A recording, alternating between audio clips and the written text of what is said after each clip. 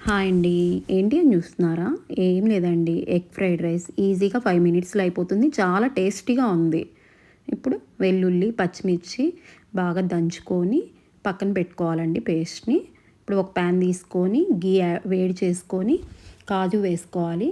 Next onions, carrot, beans, green chillies బాగా సన్నగా cut చేసుకొని ఫ్రై చేసుకోవాలి. నెక్స్ట్ గ్రీన్ పీస్ యాడ్ చేసుకోవాలి. మనం ముందే దంచుకున్న పేస్ట్ యాడ్ చేసుకొని అలా ఫ్రై చేసుకొని సాల్ట్ యాడ్ చేసుకోవాలండి. ఇప్పుడు గరం మసాలా, జీరా పౌడర్, ధనియా పౌడర్, బ్లాక్ పెప్పర్ పౌడర్, పుదీనా యాడ్ చేసుకోవాలి. రెడ్ చిల్లీ పౌడర్ యాడ్ చేసుకోవాలండి స్పైసీ కోసం. ఇప్పుడు ఎగ్స్ యాడ్ చేసుకోవాలండి. ఎగ్స్ బాగా పొడి పొడిగా వచ్చేదాకా మనం వేపుకోవాలండి. బాగా ఎగ్ బుజ్జీలాగా పొడిగా రావాలి. ఇప్పుడు రైస్ యాడ్ చేసుకోవాలి. రైస్ బాగా కలుపుకొని ఒక 2 మినిట్స్ అలా ఫ్రై చేసుకోవాలి. కొంచెం బాగా అన్నీ మిక్స్ అవ్వాలండి రైస్లోకి. అలా మిక్స్ అయ్యాక మనం స్ప్రింగ్ ఆనియన్స్ ఉంటాయి కదా, అవి సన్నగా కట్ చేసుకొని వేసుకోవాలి. కొత్తిమీర వేసుకోవాలి. ఇప్పుడు ఒక బౌల్లోకి తీసుకోవాలండి. వేడివేడిగా తింటే చాలా బాగుందండి. మీరు ట్రై చేయండి ఇలా.